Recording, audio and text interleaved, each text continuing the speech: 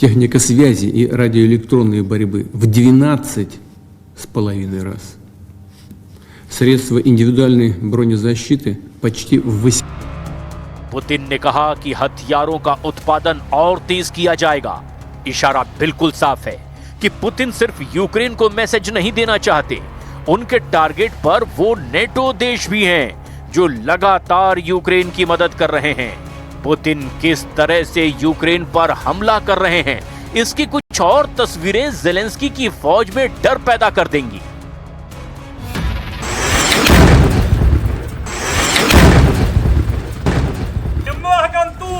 Вон.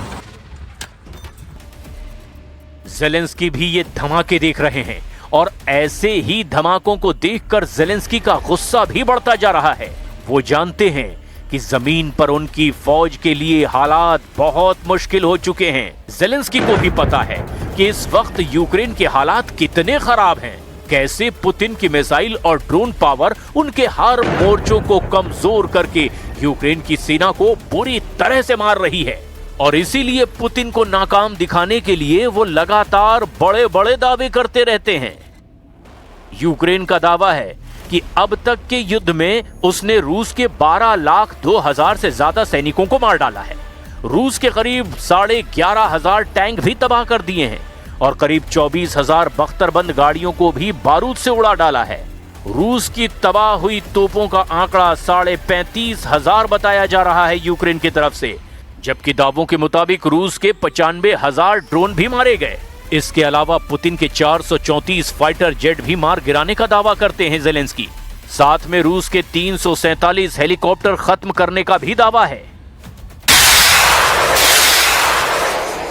Ukraine में चल रही जंग को लेकर काया कैलस की वार्निंग बहुत ज्यादा खतरनाक है। वो यूक्रेन में होने वाले हर धमाके में पुतिन के इरादों की छाप साफ साफ देख रही हैं। यही वजह है कि काया कैलस ने बताया कि पुतिन के टारगेट पर यूरोप के कई देश हैं जिन्हें वो यूक्रेन के साथ निगल लेना चाहते हैं। पुतिन के टारगेट पर इस वक्त यूरोप के 4 बड़े देश हैं जो लगातार ज़ेलेंस्की की मदद कर रहे हैं। इनमें पोलैंड है, इनमें जर्मनी है, इनमें फ्रांस है और इनमें ब्रिटेन भी है। What we have to keep in mind is that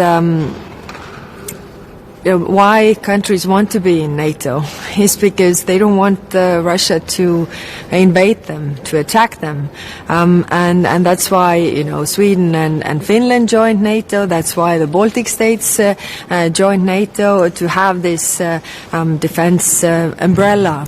Их как бы отстранили от ведения переговоров, но хочу отметить, что их никто не отстранял. Они сами отстранились.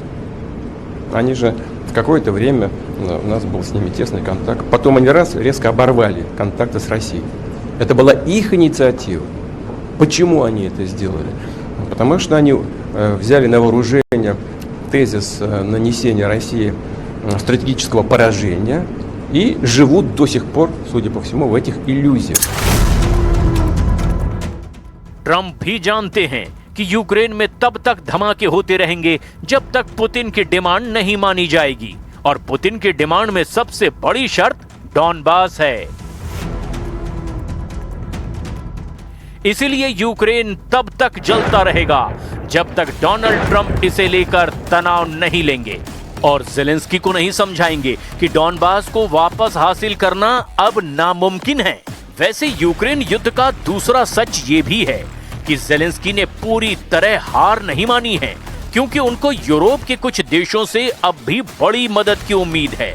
Trump ने यूक्रेन को नजरअंदाज किया तो यूरोप के 3 देशों ने नेटो का नेतृत्व करने का फैसला कर लिया। यही देश अब पुतिन की नजरों में सबसे ज्यादा खटक भी रहे हैं, क्योंकि इन्होंने यूक्रेन को सुरक्षा गारंटी देने का वायदा किया है।